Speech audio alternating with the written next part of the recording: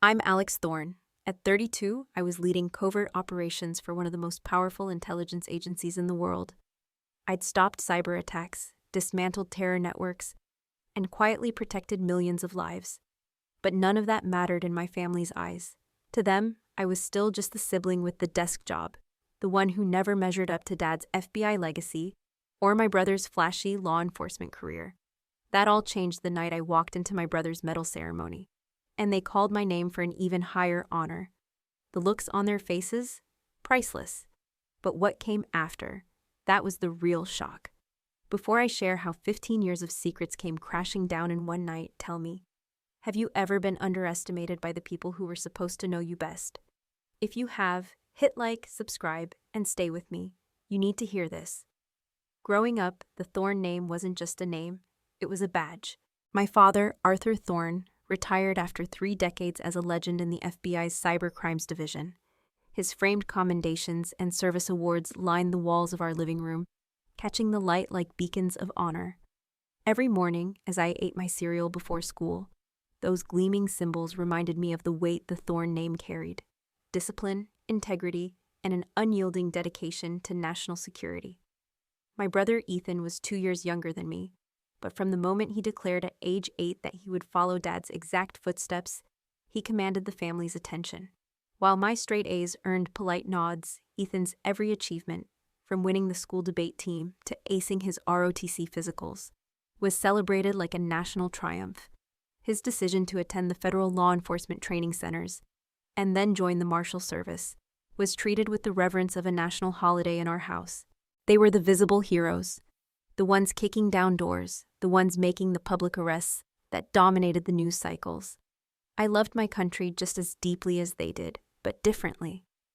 While Ethan dreamed of leading tactical teams into high-risk situations, a direct echo of Dad's fieldwork, I was fascinated by the unseen battles, the intricate dance of intelligence gathering, the complex web of threat analysis, the invisible chess game of national cybersecurity.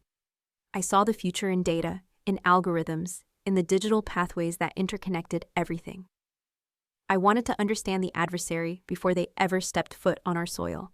So when I announced my intention to join the Cybersecurity and Intelligence Agency, CSIA, a newly formed but rapidly growing organization focusing on proactive digital defense, Dad's disappointment was a palpable thing.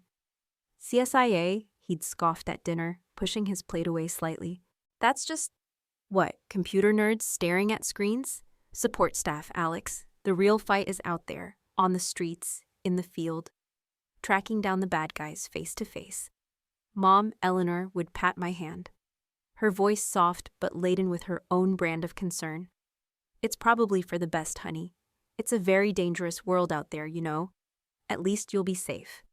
Their perception of my career choice as somehow lesser, safer, and inherently less important than Ethan's direct action never changed, even as I progressed through my specialized training.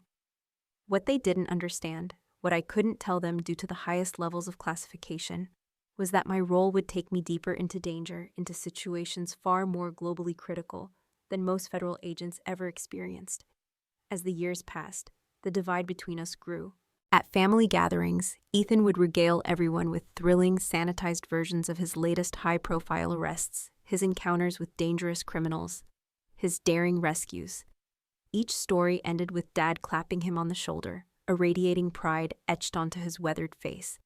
Meanwhile, my work remained entirely classified. When asked what I was doing, all I could offer were vague, carefully worded references to system analysis and threat assessments. Still pushing code, Alex? Ethan would ask, his tone making it abundantly clear he considered his service the real deal. Must be nice having regular hours while the rest of us are out there risking our necks. Little did he know, I hadn't had a real weekend off in years. The operations I was coordinating, the global cyber wars I was fighting, ran continuously, 24/7. Entire national infrastructures, critical power grids, vast financial networks, lives in the modern sense, hung in the balance of decisions I made daily, sometimes in milliseconds.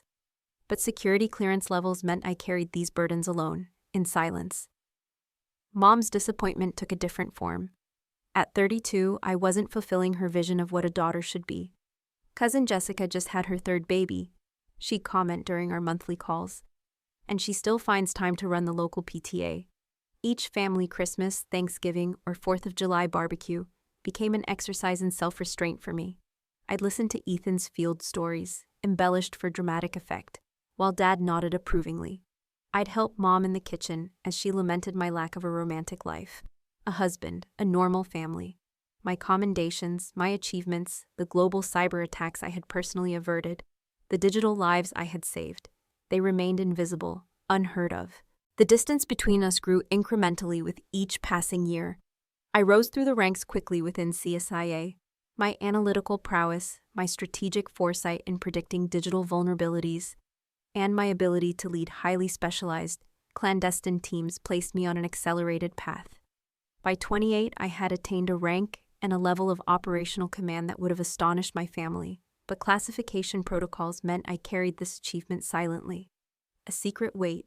Ethan, meanwhile, made supervisory marshal and truly considered himself the family success story, the inheritor of Dad's legacy. At holiday gatherings, he'd lecture me about real sacrifice and being on the front lines. Unaware that I'd spent the previous week coordinating a global takedown of a ransomware cartel that threatened to cripple major cities, or developing countermeasures that changed the course of international cyber conflicts. "You should come watch a field exercise sometime," he once offered condescendingly. "Might give you some perspective on what real law enforcement actually does beyond those blinking lights you stare at."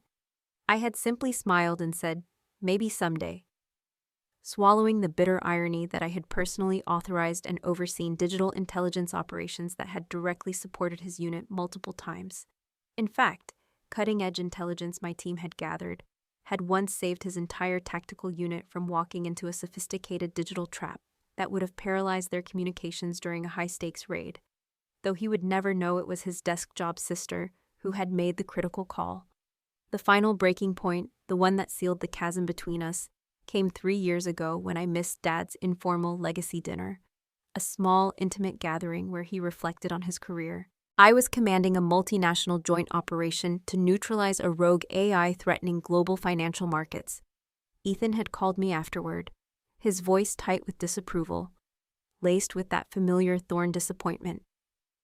"He gave his whole life to this country, and you couldn't even show up for him, Alex? What server crash was so important that you abandoned your family?" I couldn't tell him I was coordinating the extraction of a critical AI algorithm from a hostile network, an operation that saved trillions of dollars in global markets and secured intelligence that would protect countless financial institutions, including potentially the banks where his pension and Dad's retirement funds were held. Instead, I absorbed his judgment, adding it to the growing pile of misunderstandings that had come to define our relationship. By the time Ethan's commendation ceremony appeared on the horizon, we were essentially strangers who happened to share DNA and childhood memories. My achievements remained classified, my sacrifices invisible, and my family's perception of me frozen in time. Alex Thorne, the son-daughter who couldn't quite measure up to the Thorne family legacy of visible heroism. The invitation to Ethan's ceremony arrived via email, forwarded by Mom with a brief note. "Ethan's being honored for exceptional service. Family should be there. Dad's even giving a speech." No request for an RSVP, just the assumption I would attend as the supportive sibling, relegated to the background as the Thorne men took center stage once again. I stared at the formal invitation, embossed with the Department of Justice seal. Supervisory Marshal Ethan Thorne would receive the National Medal of Valor for his role in Operation Phoenix, a high-profile bust of an international cyber-criminal ring. The ceremony would take place at the National Security Complex with full federal honors. My brother had indeed served with distinction, leading his team through a dangerous takedown under intense pressure. I felt genuine pride in his accomplishment, complicated by the familiar sting of being perpetually overshadowed. That evening, as I contemplated whether to attend, part of me just wanted to disappear, avoid the inevitable pitying glances and condescending remarks. My secure line rang. Few people had this number, and calls on it never brought casual conversation. Director Thorne, Director Vance's voice was crisp and formal over the encrypted connection. "Director," I acknowledged automatically, sitting straighter in my chair, though no one could see me. I understand your brother is being honored next month at the National Security Complex. I blinked in surprise. Yes, ma'am. How did you? I'll be presiding over the ceremony, she explained, her voice softening just slightly. But there's something you should know. The National Security Council has authorized the declassification of Project Chimera. Your role as Operation Director will be publicly recognized. My heart skipped a beat. Project Chimera. It had been the most significant, the most complex, and arguably the most impactful achievement of my career.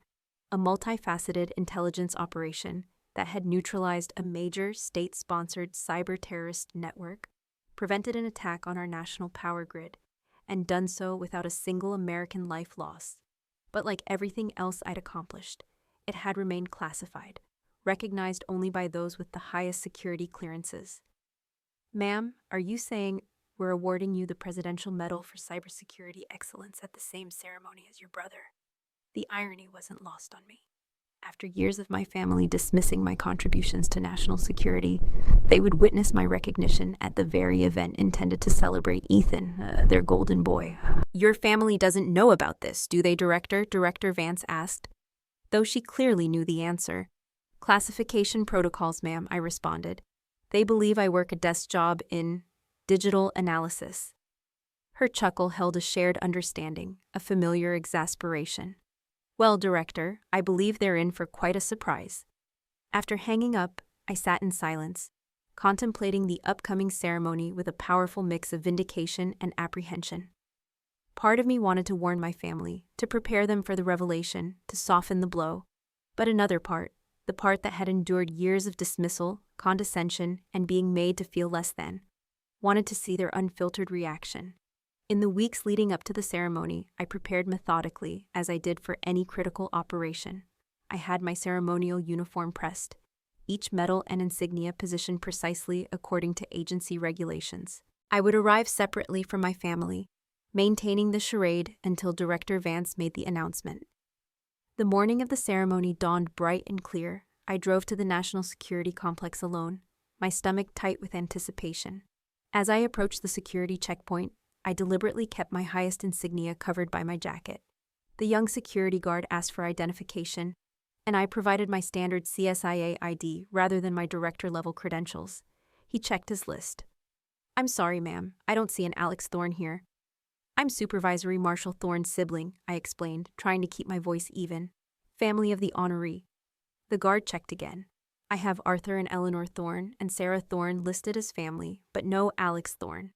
My chest tightened. Either an administrative oversight, or more likely, Ethan had simply not included me on the official family list. It had happened before. Before I could respond, I spotted my family approaching the checkpoint. Dad in his impeccably tailored civilian suit, looking every bit the retired FBI legend. Mom elegantly dressed, clutching a small handbag.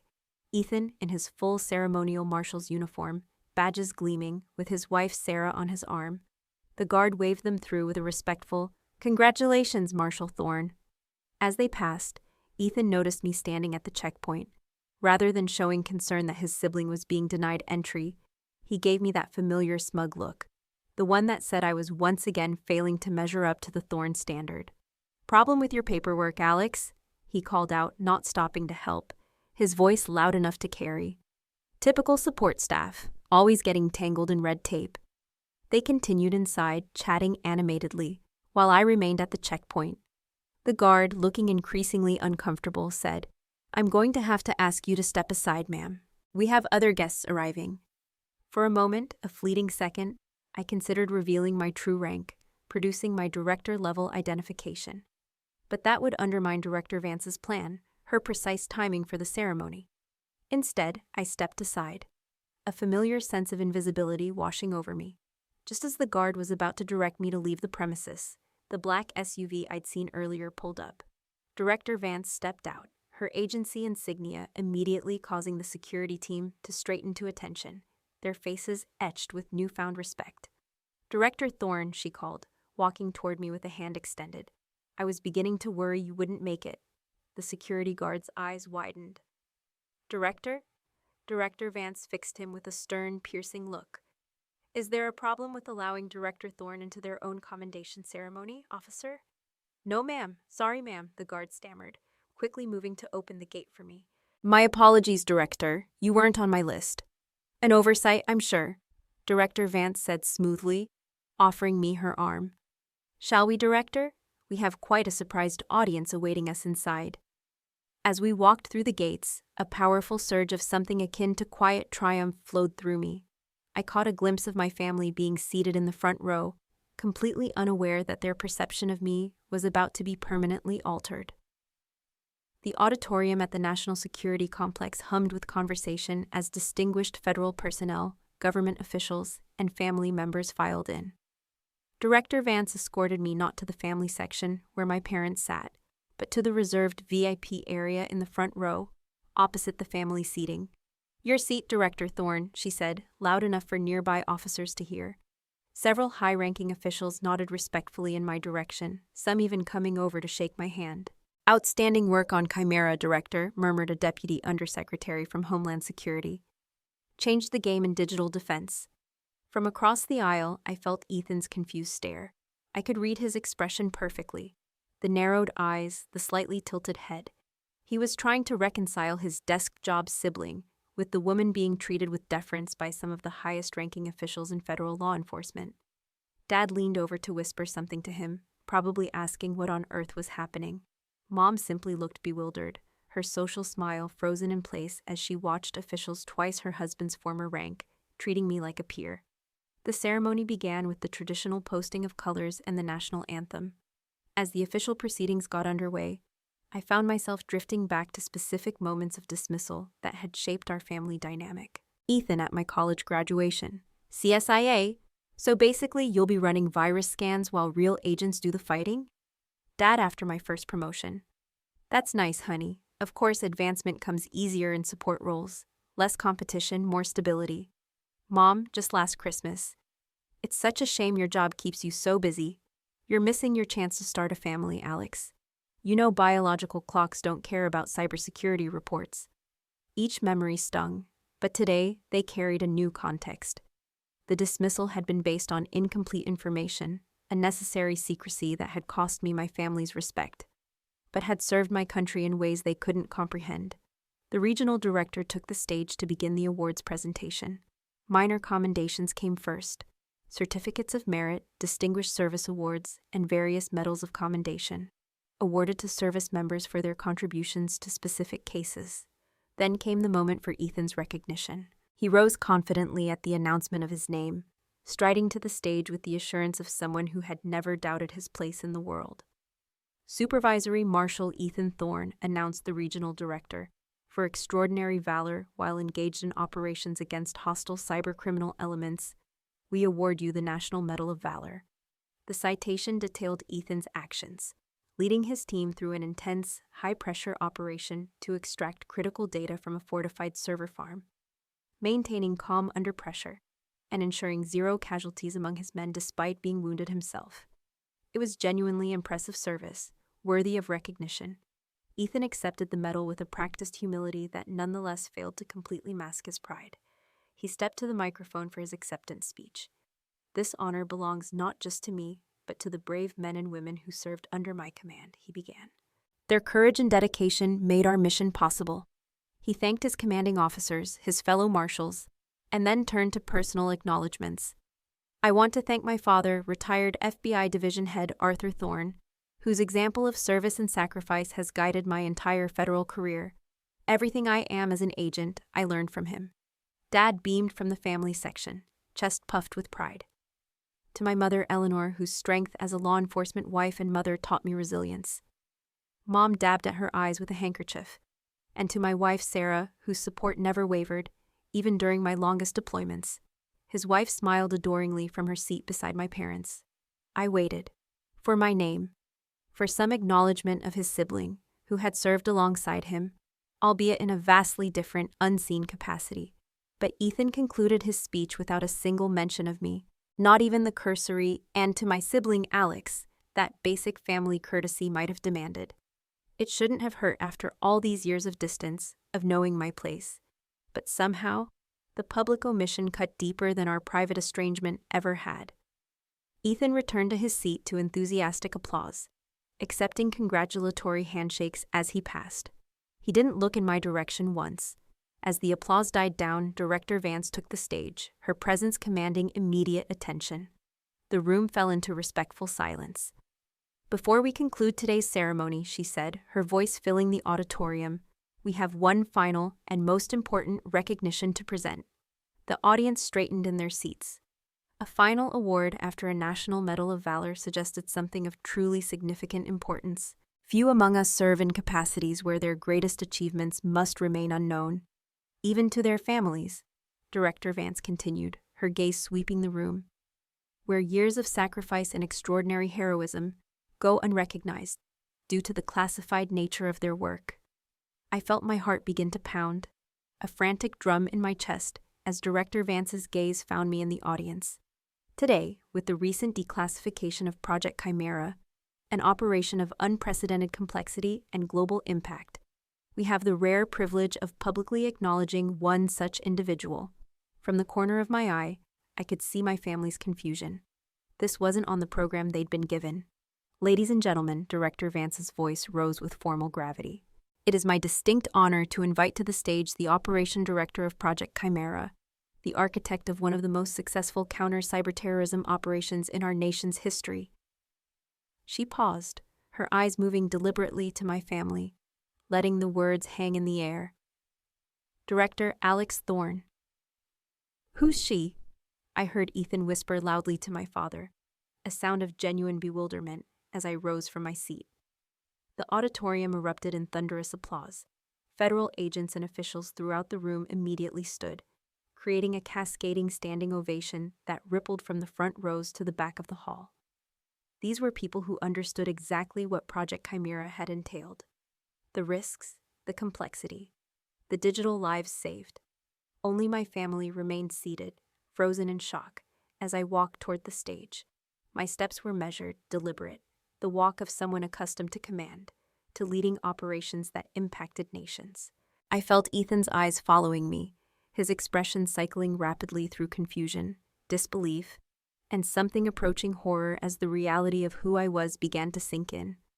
Director Vance waited at center stage, holding a small velvet-lined case containing the Presidential Medal for Cybersecurity Excellence, the nation's highest civilian honor for digital defense. It's awarded for extreme strategic brilliance and risk of life in preventing catastrophic digital attacks. As I climbed the steps to stand beside her, the applause continued unabated. "Director Alex Thorne," Director Vance began, once the audience finally quieted, "has served this country with extraordinary distinction for 15 years, rising through the ranks to become the youngest operations director in the history of the Cybersecurity and Intelligence Agency." I stood at parade rest, my face composed despite the emotions churning beneath the surface. From this vantage point, I could see my family clearly, Dad's mouth slightly open, a mixture of pride and utter bewilderment on his face. Mom clutching her purse with white knuckles, tears welling in her eyes. Ethan's face flushed with a color I couldn't quite place. Was it anger? Shame? For security reasons, much of Director Thorne's service record remains classified, Director Vance continued. But today we can acknowledge their pivotal role as the operations director of Project Chimera, a complex multinational counter-cyberterrorism initiative that successfully dismantled the Crimson Veil network, a sophisticated state-sponsored entity, without a single American life lost, and without public disruption. As Director Vance spoke, my mind flashed back to the reality behind those sanitized words. 3 years of meticulous intelligence gathering, sleepless nights coordinating assets across 17 countries, often working with foreign agencies who mistrusted each other, let alone us. The constant crushing weight of knowing that any miscalculation, any single line of bad code, any misread threat assessment could cost not only the lives of my operatives, but potentially destabilize global economies or lead to widespread public panic. The isolation of command, magnified by the classification level that prevented me from sharing my burden with anyone outside the inner circle of the operation. Director Thorne personally coordinated the extraction of key intelligence assets from hostile digital territory, often placing themselves in direct digital danger to ensure mission success. What Director Vance couldn't say was, that I had been on the digital ground for the most critical phase of the operation. When our primary digital asset was compromised, I had made the decision to go in myself, virtually, rather than risk another operative who lacked my specific technical fluency and tactical knowledge of that particular network. The recurring migraine I still sometimes get years later, hidden beneath my composed demeanor, was a permanent reminder of how close that extraction had come to failure, of the sheer mental and emotional toll. Their strategic planning and decisive leadership directly prevented 3 major cyber attacks on critical American infrastructure, including our national power grid and key financial institutions, saving an estimated 5,000 lives, both directly and indirectly, and preventing billions in economic damage. In the audience, my father's expression had transformed from shock to something more complex, a dawning recognition tinged with what looked like profound shame. Beside him, my mother had begun to cry silently, one hand covering her mouth. Ethan simply stared, the color now completely drained from his face, his own medal, the National Medal of Valor, seeming to shrink on his chest in that moment. For extraordinary strategic brilliance and leadership while engaged in operations involving conflict with hostile digital forces, Director Vance's voice resonated through the hushed auditorium. The President of the United States takes pleasure in presenting the Presidential Medal for Cybersecurity Excellence to Director Alex Thorne. She opened the case, revealing the distinctive medal, a bronze shield with a stylized eagle at its center, suspended from a blue ribbon with gold and silver stripes. As she pinned it to my uniform, joining the rows of other decorations I had earned but rarely had the opportunity to wear, she spoke more quietly, just for me. Well-deserved and long overdue, Director. I stepped to the microphone, acutely aware that every eye in the room was on me, none more intense than those of my family, still frozen in their seats. Thank you, Director Vance. My voice remained steady, professional, trained for moments like this. This honor recognizes not just my contribution, but the dedication and sacrifice of every intelligence officer, analyst, and operative who served under my command during Project Chimera. Their courage and commitment, often undertaken in complete anonymity, exemplify the highest traditions of federal service. I deliberately did not look at my family. As I continued, my voice gaining a quiet power. In intelligence work, we understand that recognition is rarely public. Our greatest achievements remain classified, our contributions known only to a select few. We serve knowing that our names may never appear in history books, that our families may never fully understand the nature of our sacrifice. Now I allowed myself to meet Ethan's gaze briefly, unflinchingly. But we serve nonetheless, alongside our brothers and sisters in every branch of federal law enforcement and national security, united in our commitment to protect this nation and its people. The medal I receive today belongs to all who serve, whether on the visible front lines or deep in the shadows. As I concluded my brief remarks, the audience rose once again in thunderous applause. This time, I noticed my father standing slowly, pulling my mother to her feet beside him, his gaze fixed on me. Ethan remained seated, his expression unreadable, a statue of disbelief. Director Vance returned to the microphone to formally conclude the ceremony, but my focus had narrowed to the inevitable confrontation that would follow. After years of dismissal and misunderstanding, my family was finally seeing me, not as they had imagined me, but as I truly was. Their world had just shifted dramatically, and I knew from experience that sudden paradigm shifts rarely occurred without resistance.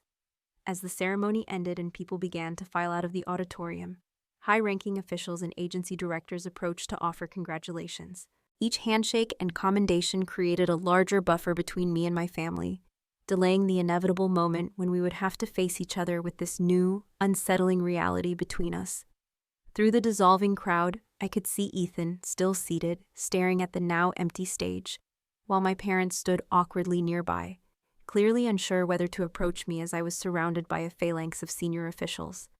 The public revelation was complete, but the real reckoning was yet to come. The reception following the ceremony was held in an adjacent hall, transformed by white linens and subtle agency insignia into a space of dignified celebration. I moved through the crowd, accepting congratulations from colleagues who understood the true significance of Project Chimera, most of whom had never been able to acknowledge my role publicly until today. "Outstanding work, Director Thorne," said the head of the National Cyber Command. clasping my hand firmly. "The intelligence community has been singing your praises for years. About time the rest of us could join in." I thanked him, maintaining the professional composure expected of my rank. While subtly scanning the room for my family, I finally spotted them near the entrance. Dad, looking uncomfortable in a way his former FBI bearing couldn't quite conceal. Mom clutching her purse like a shield. And Ethan, his face set in hard lines I recognized from childhood arguments. As I excused myself from a conversation with the Secretary of Homeland Security, I saw my family finally moving in my direction. Ethan led the way, his National Medal of Valor newly pinned to his chest, his stride purposeful. I braced myself, knowing this confrontation had been building for years. "Director Thorne," Ethan said as he reached me, his voice loud enough to turn heads nearby. The formal address carried a bitter, almost sarcastic edge. "Or should I still call you Alex? I'm not sure I know who you are anymore." "Ethan," I acknowledged, keeping my voice level. "Congratulations on your Medal of Valor. Your service was exemplary." "Don't do that," he hissed, stepping closer. His voice low and furious now. "Don't talk to me like I'm just another officer you're giving a courtesy nod to. We grew up in the same house. You're my sibling who apparently has been lying to me my entire adult life." Dad placed a restraining hand on Ethan's shoulder. "Son, this isn't the place." "When would be the place, Dad?" Ethan shrugged off the hand. "When they disappear again behind whatever classified curtain they've been hiding behind. When they go back to pretending they're just pushing papers, while secretly commanding operations that probably make mine look like a neighborhood watch." Mom stepped forward. Her eyes red-rimmed, glistening with unshed tears. "Alex, how could you not tell us? We're your family." I took a deep breath, acutely aware of the attention we were beginning to draw from discreet glances and hushed whispers. Perhaps we should continue this conversation somewhere more private. "Why?" Ethan challenged, his voice rising again. "Secrecy seems to be your specialty. Why change now?" Before I could respond, Director Vance appeared at my side, her presence immediately altering the dynamic. "Marshal Thorne," she addressed Ethan with quiet authority, her voice cutting through his anger. "I believe your sibling suggested a private venue for family discussions. That seems appropriate, doesn't it?" Ethan straightened reflexively at the director's tone. "Yes, ma'am." Director Vance gestured to a small conference room off the main hall. "You're welcome to use that space, Director Thorne." I nodded gratefully. "Thank you, Director." As my family followed me to the conference room, I could feel the tension radiating from Ethan, a storm brewing. Once inside, with the door closed, he wasted no time. 15 years, Alex. 15 years of letting us think you were some mid-level analyst. Letting us believe you were just supporting real agents like me and Dad." His voice cracked slightly, raw with betrayal. "Do you have any idea how many times I talked down to you about your service? How many times I assumed I was doing something more important than you?" "I couldn't tell you, Ethan," I said, my voice firm, but not accusatory. "It wasn't personal. Everything I worked on was classified at the highest levels. My role, my missions, my advancements, they were all subject to strict operational security." "Bullshit," he spat, running a hand through his hair. "You could have given us some idea. You let me believe I was the successful one, the one continuing the Thorne federal tradition while you were... what? Running covert digital operations? Commanding global intelligence missions? Becoming a director of a clandestine agency?" Dad stepped forward, his expression a complex mixture of pride, confusion, and deep regret. "Alex, help us understand. All these years we thought..." "You thought I couldn't measure up," I finished for him, the words emerging more sharply than I'd intended. The years of quiet resentment finally finding a voice. "You both made that perfectly clear from the moment I chose digital intelligence over fieldwork, from the moment I didn't follow your exact path, Dad." "That's not fair," Mom protested weakly, tears flowing freely now. "Isn't it?"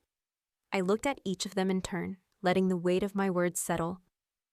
"Dad, you called my work just desk duty when I told you my assignment. Ethan, you've spent years making condescending remarks about me pushing code while real agents did the fighting. Mom, you've treated my entire career as an unfortunate phase, a delay to my real purpose of marriage and children." The stark, unvarnished truth hung in the air between us, heavy and undeniable. We didn't know, Dad said finally, his voice thick with uncharacteristic humility. You didn't need to know the classified details to respect my choice of service, I replied. My voice softening slightly, but maintaining its steel core. You assumed that because I wasn't in visible, public-facing roles like the Thorne men, my contribution was somehow lesser. Ethan paced the small room, his medal of valor catching the light with each agitated turn. So all those times I was telling you about my deployments, my promotions. You were what? Silently outranking me, commanding operations that probably dwarfed anything I was involved in? That's not how I thought about it, Ethan, I stated, trying to diffuse his anger, to pivot to understanding. Then how did you think about it? He demanded, stopping abruptly to face me. Because from where I'm standing, it looks like you were content to let your family believe a lie, while you built some secret career we knew nothing about. I followed classification protocols, I said, my military discipline keeping my voice steady despite the emotion threatening to break through. Every operation I led, every mission I commanded, was subject to the highest security clearance. Discussing my work, even in general terms, could have compromised national security and put countless lives at risk. My operatives, my informants, their families, innocent civilians, all of them. I was bound by my oath. We're your family, Alex? Ethan's voice rose again, frustration warring with a deep sense of hurt. Not some security breach waiting to happen. Operational security doesn't make exceptions for family, I countered, my gaze unwavering. You know that, Ethan? Or would you have violated protocols to tell Mom and Dad details about your own classified missions? He fell silent, knowing I was right, knowing the harsh realities of their world too. Dad sank heavily into one of the conference room chairs, his shoulders slumped. All these years, we thought you were stuck in some administrative position. I even pulled strings, tried to get you transferred to more prestigious posts, safer posts. The irony of that statement might have been amusing under different circumstances. My father, the retired FBI legend, believing his daughter needed his help to advance in her career when I had already surpassed his final rank in terms of operational authority and strategic impact. I appreciate the intention, Dad, I said, the words genuinely heartfelt, even if it wasn't necessary. Mom wiped at her eyes with a tissue she'd found in her purse. But why let us believe you were less than you are? You could have at least told us your rank, your promotions, just something. Would it have mattered? I asked quietly, looking from Mom to Dad, then finally to Ethan, my voice carrying the weight of years of internal debate. Or would you still have seen me as choosing the wrong path? The path that wasn't really federal service in your eyes, the safe, desk job path. My question struck home with the force of a physical blow. The uncomfortable silence that followed, thick with unspoken truths, confirmed what I had always suspected. That even knowing my rank, they would have considered digital intelligence work somehow lesser than the direct combat and public-facing roles the Thorne men had traditionally chosen. Ethan broke the silence, his voice lower but still tense. You let me make a fool of myself. All those times I lectured you about real service. You could have said something, anything. And what would that have accomplished, Ethan? I asked, allowing a hint of the frustration I'd carried for so long to surface. Would you have suddenly respected intelligence work if you knew I outranked you? Or would you have resented me for it, for taking the spotlight you thought was yours? He had no immediate answer, which for me was answer enough. I made peace with your perception of me years ago, I continued, my voice now calm, an echo of the self-reliance I'd cultivated. I served knowing that the recognition I really valued would never come from my family. I found other measures of success, other sources of validation, in the lives we saved, the networks we dismantled, the attacks we prevented. So why even come today? Ethan challenged, his bitterness resurfacing. If you'd made peace with our ignorance, why allow this public revelation? I looked him directly in the eyes, meeting his gaze with a frankness he wasn't expecting. Because Project Chimera being declassified was beyond my control, and once I knew it would be acknowledged at your ceremony, I had a choice. Avoid the event entirely, continue the charade, or be present for the inevitable moment when you all learn the truth, when the shadows finally met the light. And you chose the public humiliation option, he said bitterly, his jaw clenched. I chose to finally be seen for who I actually am, I corrected him, holding his gaze. After 15 years of hiding in plain sight, I chose to stop diminishing myself to protect your ego, Ethan, or anyone's. I chose authenticity. The bluntness of my statement left him momentarily speechless. Dad rose from his chair, approaching me with an uncertainty I'd never seen in him before. His military bearing, usually so rigid, seemed to have softened around the edges. Alex, I don't know what to say. I'm proud of your accomplishments. Of course I am. But I'm ashamed that you felt you couldn't share even the parts that weren't classified. That I made you feel your service was somehow less valuable. That I failed to see you. It was the closest thing to an apology I'd ever heard from my father.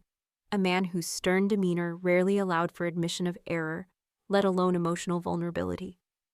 Thank you, Dad, I said simply, a genuine warmth spreading through my chest. Mom joined him, reaching for my hand, her fingers trembling slightly. All this time, we thought we knew our daughter, but you've been carrying so much, so many secrets, so much pressure that we knew nothing about. Ethan remained apart, still struggling visibly with the complete reordering of his understanding of our relationship. I just need to know one thing, he said finally, his voice hoarse. All these years when I was talking down to you about your service, were you laughing at me behind your back, secretly mocking my field work? The question, raw and vulnerable, revealed the true heart of his distress. Not just that I had outranked and outachieved him in a different arena, but that I might have secretly held him in contempt, mocked his ignorance. No, Ethan, I answered truthfully, meeting his gaze with genuine empathy. I was just doing my job and letting you do yours. Your accomplishments are still your accomplishments. Your Medal of Valor doesn't diminish because I received a different honor. My rank doesn't diminish what you've achieved. In fact, many of your operations, including Project Phoenix, the one you just received your award for, they were built on the intelligence my teams gathered. My classified work directly supported your public heroism, Ethan. He nodded slowly, not fully appeased, but at least considering my words, the implications of what I had just revealed washing over him. The true nature of the manipulation and fakery was revealed not as malicious intent on my part, but as the inherent consequence of classified information and his own family's blind spots. A gentle knock at the door interrupted the tense family tableau. Director Vance peeked in, a knowing expression on her face. Excuse the interruption, Director Thorne, but the Secretary of Homeland Security is asking to speak with you before he departs. Thank you, Director. I'll be right there, I responded, grateful for the momentary reprieve from the emotional intensity of the confrontation. As I moved toward the door, Ethan's voice, softer now, stopped me. This conversation isn't over, Alex. I turned back to face my family, my father struggling to reconcile his quiet child with the director now before him, my mother trying to process 15 years of misconceptions and unshared burdens, and my brother grappling with the uncomfortable realization that the sibling he had patronized was actually his superior in a parallel, equally vital branch of service. No, I agreed quietly, a small, genuine smile forming on my lips. It's just beginning. I rejoined the reception seamlessly, transitioning from the raw emotion of the family confrontation to the professional composure expected of my rank. The Secretary of Homeland Security was complimentary about Project Chimera, making a point to mention my innovative approach to cross-agency coordination, diplomatic language for how I'd managed to get traditionally competitive intelligence branches to work together effectively. Throughout the conversation, I maintained focus, despite being acutely aware of my family's re-entry into the main reception area. Ethan made directly for the bar, while my parents stood awkwardly near the periphery, clearly unsure of their place in this unfamiliar version of their child's world. After concluding my conversation with the secretary, I was immediately approached by several other high-ranking officials. Each interaction reinforced the disconnect between my professional reality and my family's perception of me. These senior leaders treated me with the deference due to my rank and accomplishments, while my family watched from a distance, strangers to this essential aspect of my life. I excused myself from a conversation with the NATO intelligence liaison to get a glass of water, finding myself momentarily alone.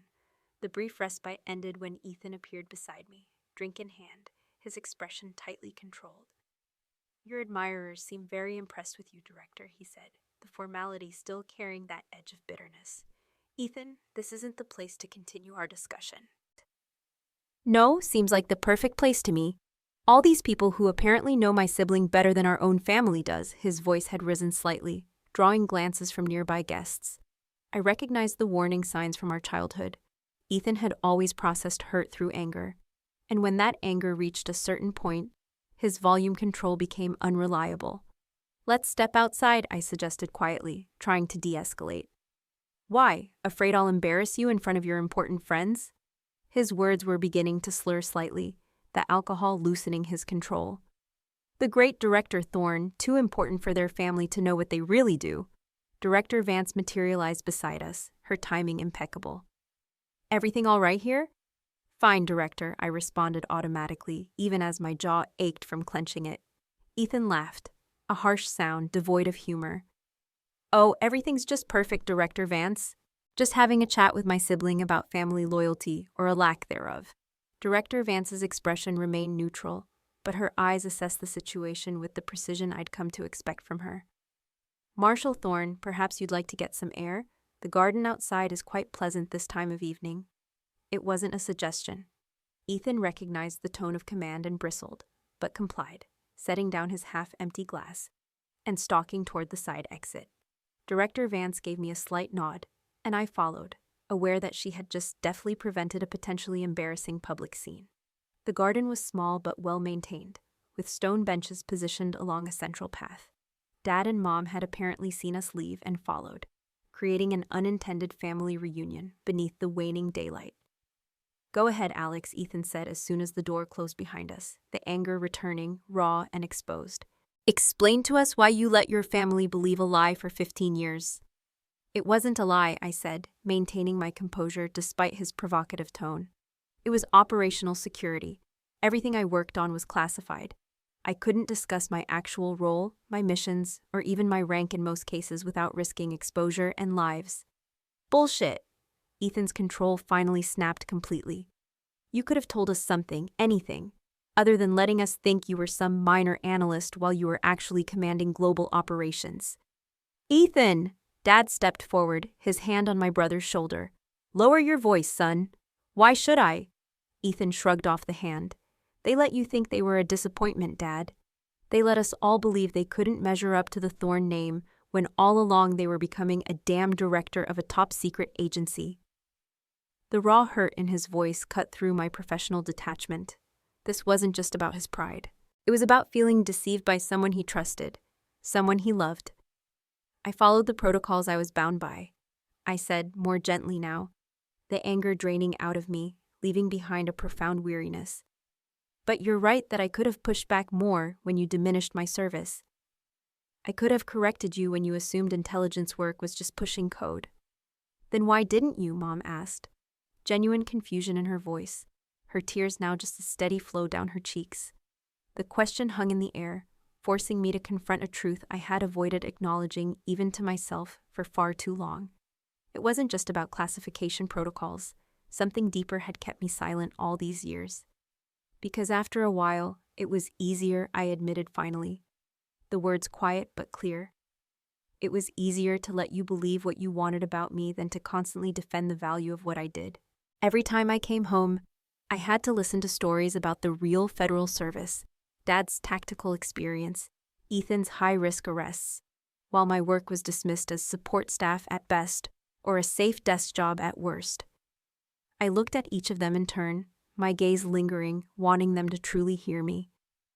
"Do you know what it's like to coordinate an operation that saves thousands of lives, prevents national catastrophe, then come home for Christmas and be asked when you're going to get a more meaningful position? To be told that your brother's work matters more because he wears a badge and carries a gun instead of gathering the intelligence that keeps him alive, or preventing the attacks that would overwhelm his unit?" The stark truth of my words seemed to hit my father particularly hard. He sank onto one of the stone benches, suddenly looking every one of his 65 years, the weight of his own misjudgment settling heavily on his shoulders. "I never realized," he began, then stopped, uncharacteristically at a loss for words. his voice thick with emotion.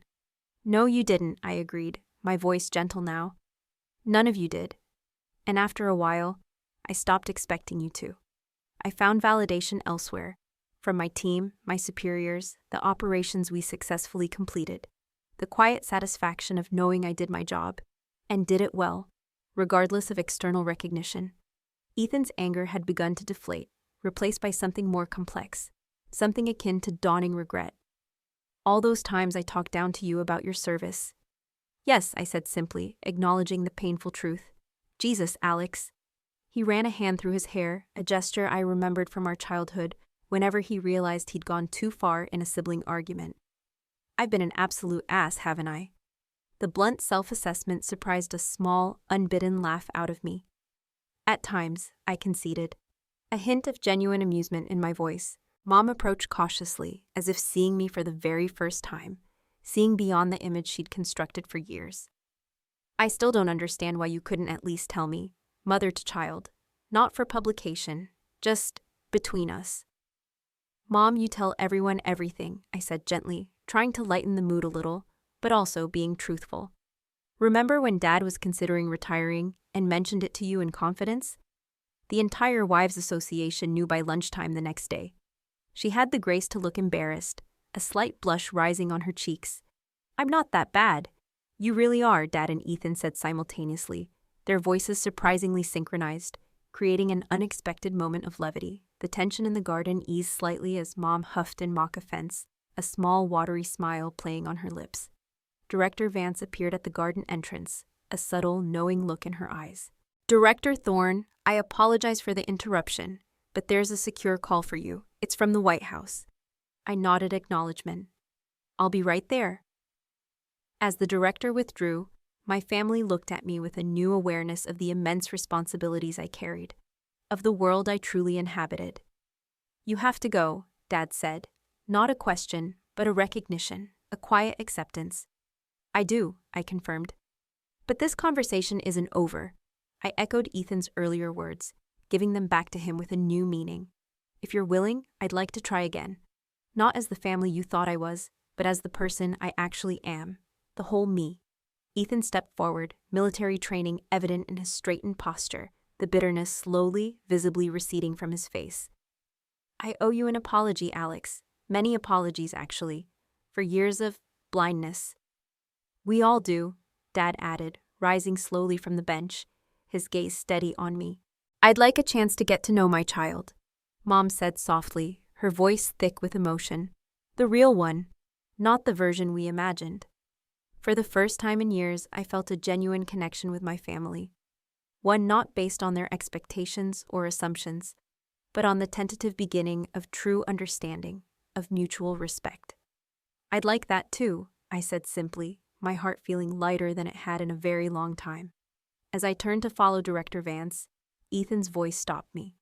Director Thorne, I looked back, surprised by the formal address. He offered a proper military salute, perfect in its execution, his posture rigid with respect. It's an honor to serve in the same federal service as you, ma'am, sir. I returned the salute, my own military precision masking the flood of emotion that threatened to overwhelm my composure. The honor is mutual, Marshal Thorne. It wasn't forgiveness exactly, nor complete reconciliation, but it was acknowledgement, a recognition of worth that I had stopped expecting from my family years ago.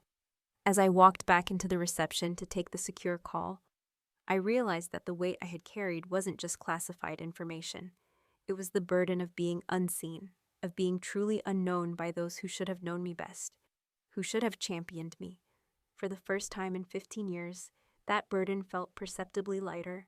6 months after the ceremony that changed everything, I sat in my parents' living room, watching as Dad carefully arranged a new display on the wall that had once showcased only his and Ethan's military accomplishments. Now, my Presidential Medal for Cybersecurity Excellence and a framed photo of me receiving it from Director Vance held a central honored position. Too centered? Dad asked, stepping back, adjusting his glasses, still assessing his handiwork with the precision of a former FBI head. It looks perfect, William, Mom answered before I could, bringing in a tray of freshly brewed coffee. Our family's service, properly represented at last. The past 6 months had been a period of cautious, often challenging, rebuilding. After the initial shock and the intense confrontation at the ceremony, we had all needed time to adjust to our new reality. Ethan had returned to his post, carrying both his National Medal of Valor and a humbling newfound recognition of how he had treated me over the years. My parents had embarked on what Mom called getting to know our actual child, a process that involved asking questions they had never thought to ask before, and more importantly, listening to the answers. For my part, I was learning to share what I could about my work, carefully, without compromising security.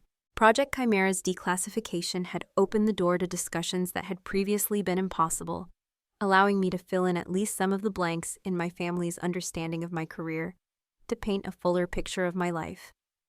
The decorator suggested we group all the medals together, Mom said, settling beside me on the couch. But I told her, absolutely not. Each of you earned those honors individually. They deserve their own space. This was new territory for Eleanor Thorne, treating my accomplishments with the same reverence as those of the men in the family. The change hadn't happened overnight, and occasionally she still slipped into old patterns, asking about my dating life with more enthusiasm than my recent strategic digital operation in Eastern Europe. But she was trying. And that effort, that genuine, visible effort, meant more than she knew. Ethan arrived shortly after, his wife Sarah beside him. Their dynamic had shifted too. Sarah had been almost comically horrified to discover she had been condescending to a top-level agency director at family gatherings, asking if I enjoyed my little office job, while she supported Ethan's real federal career. Director Thorne, Ethan greeted me with the half-serious, half-teasing salute that had become our new normal. Marshall, I returned, with equal measures of formality and warmth. Sarah hugged me tightly, whispering, I'm still mortified about all those times I tried to set you up with my cousin because I thought you needed something more fulfilling than your job. I laughed, genuinely amused rather than hurt by the memory. To be fair, your cousin is a doctor. He would have been quite a catch. Yes, but he talks exclusively about golf, Sarah countered, pulling back a mischievous glint in her eye. You would have been bored senseless in the first 10 minutes. Total mismatch. Thank goodness you were secretly too busy saving the world. This easy banter was new. A relationship built on who I actually was, rather than who they had assumed me to be. Dad called us to the dining room where he had prepared his specialty steaks, grilled to perfection, a skill honed through countless federal agency barbecues over the years. As we settled around the table, I noticed subtle changes in our family configuration. Where once Ethan had been positioned as the unchallenged center of attention, now we were arranged as equals, different branches of service, different ranks, but equal in contribution and worthy of similar respect. I spoke with Director Vance yesterday, Dad mentioned casually as he served the food. He said the expansion of your intelligence division has been approved, Alex. This was another change, my father taking genuine interest in my career, seeking updates through his own connections about the parts of my work that weren't classified. It has, I confirmed. We're incorporating new quantum cybersecurity protocols that should enhance our field operations considerably. Alex's team developed the framework that's being adopted across all federal intelligence branches, Ethan added, a note of pride in his voice that would have been unimaginable 7 months earlier. Mom raised her glass, her eyes sparkling, to the Thorne family tradition of service in all its forms. We clinked glasses, the simple toast acknowledging a broader, more inclusive definition of national contribution than had previously been recognized in this household. After dinner, Ethan and I found ourselves alone on the back porch, watching the sunset paint the sky in shades of orange and pink. The silence between us was comfortable now, lacking the tension that had characterized our interactions for so many years. I've been thinking a lot about perception, he said finally, breaking the quiet, about how I saw you versus who you actually were. And I prompted when he paused, sensing a deeper revelation, and I realized something pretty uncomfortable. He turned to face me directly, his gaze earnest. My dismissal of your service wasn't really about what you did. It was about maintaining my position in the family. If I acknowledged that intelligence work was just as valuable as direct field operations, then I'd lose my special status as the one continuing Dad's legacy. My worth felt tied to being the hero compared to your desk job. This level of self-awareness genuinely surprised me. That's remarkably insightful, Ethan. He laughed, a genuine, unburdened sound. Therapy. Sarah insisted after the ceremony, said I had unexamined assumptions about gender roles and different types of service. Smart woman, your wife, I agreed. Yeah, he looked back at the sunset, his expression pensive. She also pointed out that I never once considered that you might have chosen intelligence work because you were actually better suited for it than direct field work. That maybe your talents lay in strategy and analysis rather than direct combat, and that following Dad's exact path would have been the wrong choice for you. I had never expected this level of reflection from my brother, who had always seemed so certain of his place in the world, and by extension, mine. She's right, I acknowledged. I joined CSIA because that's where I could contribute most effectively. It wasn't about avoiding combat or taking an easier path. It was about using my specific abilities to serve in the most impactful way possible. I get that now, he shook his head ruefully. Only took a public revelation of your actual rank and a presidential medal to open my eyes. We laughed together, the sound carrying into the gathering dusk. Inside, I could see Mom showing Sarah old family photos, likely embarrassing ones of Ethan and me as children. Dad was pouring after-dinner drinks, his movements precise and measured as always. This was my family, flawed, sometimes frustrating, but finally, truly beginning to see me clearly. The road to this moment had been long and often painful. For years, I had carried the double burden of my classified work and my family's dismissal of its value. I had learned to find validation in my accomplishments rather than their recognition, to measure my worth by standards they couldn't see or understand. That separation had come at a cost, a distance that couldn't be bridged, while so much of my life remained hidden. But it had also taught me something invaluable about identity and self-worth that I might never have learned otherwise. You know what's strange? I said to Ethan, watching the last sliver of sun disappear below the horizon, leaving behind a sky transitioning from fiery orange to deepening blue. In some ways, I'm grateful for those years when you all underestimated me. He looked at me skeptically. Seriously? Seriously, I affirmed. They taught me to define myself by my own standards, not by anyone else's perception. When external validation wasn't available, I had to find it internally. That's a powerful thing to learn, an unshakable foundation. Still sounds like we were just being jerks, Ethan said bluntly, a slight smile on his face. I laughed. Oh, you definitely were, but it forced me to become more self-reliant, more certain of my choices, even when they weren't understood or valued by the people whose opinion I cared about most. Ethan considered this, taking it in. I'm not sure I could have done that, pursued a path that my family actively devalued. I needed Dad's approval too much. We're different that way, I acknowledged. Always have been. We fell silent again, content in the comfortable quiet. Alex, Ethan's voice was quieter now, a note of genuine respect and affection in it. I'm really proud to be your brother. The simple statement carried the weight of years of misunderstanding, finally cleared away. I'm proud to be your sibling, I replied, meaning it completely. As darkness settled fully around us, we rejoined the family inside. The conversation flowed more easily than it ever had, moving between federal agency topics, family memories, and future plans, with a new balance that included my perspective as naturally as those of Dad and Ethan. Later that night, without the declassification of Project Chimera, I might have continued indefinitely in the strange dual existence I had maintained for 15 years. Director Thorne in my professional life, disappointing son, daughter, and sibling in my personal one. The lesson wasn't simply about being recognized for my accomplishments, though that validation from my family was healing in ways I hadn't anticipated. The deeper understanding was about authenticity, the power of being fully seen and accepted for who you actually are, not who others assume or wish you to be. For years, I had told myself that my family's perception didn't matter, that I had moved beyond needing their understanding or approval. But the relief and wholeness I felt now that those barriers had fallen revealed the true cost of that separation. We need to be known, truly known, by those we love. Not necessarily in every detail. Some aspects of my work would always remain classified, but in our essential nature, our true value.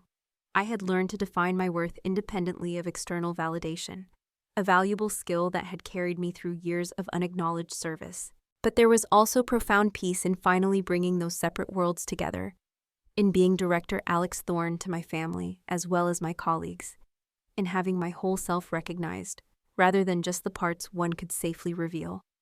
As I pulled into my parking space back at my apartment, my phone chimed with a text from Mom. So wonderful to have all my children's accomplishments to brag about at the neighborhood coffee tomorrow. Love you, Director Thorne. I smiled, typing back. Just don't reveal any state secrets, Mom. Some things are still classified. Her response came immediately. I'll only tell them you're the most brilliant intelligence officer in the country. That's just fact, not classified. See you Sunday, Dad's grilling again. The simple exchange warmed me in a way that my numerous commendations never had. Not because my mother's approval meant more than professional recognition, but because it represented the integration of my complete self. The personal and professional, the visible and hidden aspects of my identity, finally aligned. The journey hadn't been easy. Years of feeling diminished and misunderstood had left marks that wouldn't disappear overnight. But as I unlocked my door, I felt lighter than I had in years, freed from the burden of compartmentalizing my life so completely. The greatest battles we fight aren't always the ones that earn medals or public praise.